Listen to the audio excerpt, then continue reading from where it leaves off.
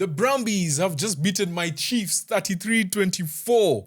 And that second half was, well, after we scored the Mackenzie try, I thought like we would just pick it up from there. But our defense had been so solid. We were just repelling them at our line. We had won, like in the first half, I think we had won 2 turnovers or 3 turnovers. We had 22 turnover. We repelled them at the goal line. And then someone got a turnover around the 22. And then there was Queen Tupaya turnover as well, turnover penalty. So like we were repelling them so well. And then I just don't know what happened. In the second half, it was just crazy. Like the Brumbies just went and scored how many tries? 3 tries. Actually 4. Because we scored in the 55th. Lonergan got his in the 58th. Then Kale get his customary try in every game in the 63rd. Meredith got in the 69th. And then Corey Toole finished off the game at the end. Lonergan was everywhere. He was really, really everywhere. I was impressed with Coombs Fabling. One thing about my Chiefs that I'm seeing is we're not as good from the high ball. Like every high ball is a contested high ball. Even the ones where we expect to be just nailing down, right? It's a contested high ball until D-Mark goes to the back. Because when Josh Jacob comes on, D-Mark moves to 15. Then there's a bit more of calmness. And Coombs Fabling, to be fair, has been much better than a Leroy Carter. Leroy under the high ball, man. This game, Leroy just didn't give that much. He was defending a lot more. He gave us a lot defensively, that much I'd say. But yeah, going forward, we really didn't see much. The injury to Rona, then Lalakai Foketi had to come on in the first half, may have been a reason as well.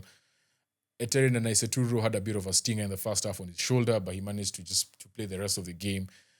Other than that, we were just outplayed. We were just outmatched. The thing with the Brumbies is they just kept coming. Like, it didn't matter whether we repelled them, whether we won turnovers, they just kept coming. And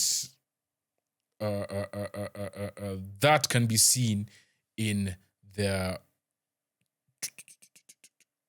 Where is it? They had 120 carries versus our 102 carries and 9 clean breaks against our 7. We beat 30 defenders against the 17, but you just couldn't see it. It feels like we beat so many defenders. On one play, you beat so many defenders, but you don't do it over and over again over several plays. So, yeah, and we had to tackle a lot. We tackled 28 more tackles than them, 159 to 131. So the penalty count was also even, 9 apiece.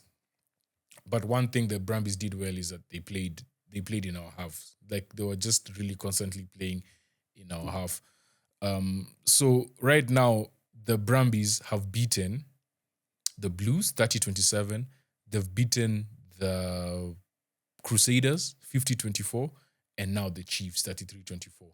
So there are only 2 losses. Actually, they have lost.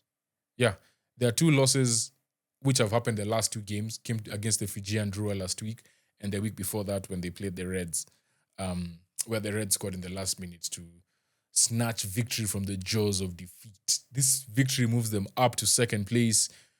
And yeah, man, they keep rolling. Kale keeps scoring. Like, this boy Kale is, I don't know. He's the top scorer in Super Rugby this year, and you can just see. Another player who really impressed me today was Oates, especially defensively. Like, he's a small guy, but you think you're going to overturn him, or like just the combination of him, Toole, and Muirhead as your back 3. Honestly, they played their socks off. Pritchard is also another one. Pritchard is their outside center. Caden Pritchard played really well. Creighton had a try, I think. He scored a try, if I'm not wrong. And yeah, Bobby V, Rob Valentini was just carries, man. Just solid carries. Like, those, apart from that one moment where he kind of knocked the ball on once he went into contact and he was going to fall down and place it. But other than that, I feel like he was quite solid. But the man of the day, of course, was James Slipper, who I need to give a big shout out to. James Slipper broke the record. He passed Wyatt Crockett for the most Super Rugby appearances. He has now played 104 games for the Reds, and he's played 99 for the Brumbies. So his next game So this game was already sentimental and emotional because he was breaking the Super Rugby record. Next game, he now plays 100 games for the Brumbies. So both ways, he's just setting records this entire season. And yeah, I think last week when after they lost, there was talk about people were praising him for tying the record, but he was like, you know what, I would trade all of that in just to get a victory today. And I'm sure today he was so happy, 204 and getting the win. Yeah, so that is the first win for the Brumbies against the Chiefs since 2022. As I've said, they are 3-0 against the Kiwis this season. They've beaten the Crusaders, Blues, and the Chiefs, and they have ended their 2-game losing streak.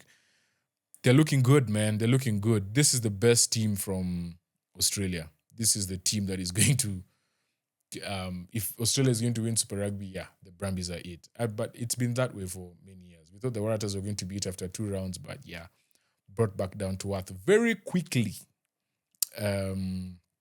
Yeah. Who else do you want to mention? Oh yeah, Josh Lord. I need to talk about Josh Lord. Josh Lord, our lock. He is always finding himself in situations where he's always breaking the line. He's always on a counter somewhere. He's either the support player or the person with the ball. I've been very, very surprised by how much of a ball carrier or how much he's embracing that role of being a ball carrier. Very, very confident, especially after a line break, which has happened now, I think, twice. Because we did it against the Crusaders. And I remember he was just smiling when he was trying to pump fake the ball. So, yeah, that was fun to watch. Other than that, yeah, the rest of the game, everyone was just okay. Like D-Mark was right. Nana Iseturo, his kicking was much better. I believe I kind of gave him shit for the first game or first 2 games because he was playing at fullback and now he's back on the wing. His kicking is much better, which to me tells me maybe he was nursing an injury the first 2 weeks or so. He was strapped, I believe. It was Narawa who was strapped. Narawa is always strapped though, his knee. But yeah, Leroy Carter is the only person who was quite disappointing to me this game, attacking wise. Defensively, very solid. Always out looking for work, always trying to tackle people. That much I do not dispute. But yeah, going forward, we just need a bit more from him. Looking at our bench, we didn't have any cover for the back 3, so they had to play the whole game, but we just didn't get that much from them. Well, Coombs Fabling, yes, because he scored 2 tries, I believe. He scored 2, yeah? He scored 2 tries. Yeah, he was solid. His last try was really good. Like just playing like a forward, just waiting for that short ball and going and bumping into the big men. So yeah, Chiefs. We have now lost 2 out of the first 5 games. We had a bye in the last week, and that loss leaves us 6 points behind the Brumbies, even though they've played a game more. And they're in second place, we're in 4th place. So the Reds could still overtake us. The Blues are ahead of us. They could extend the gap.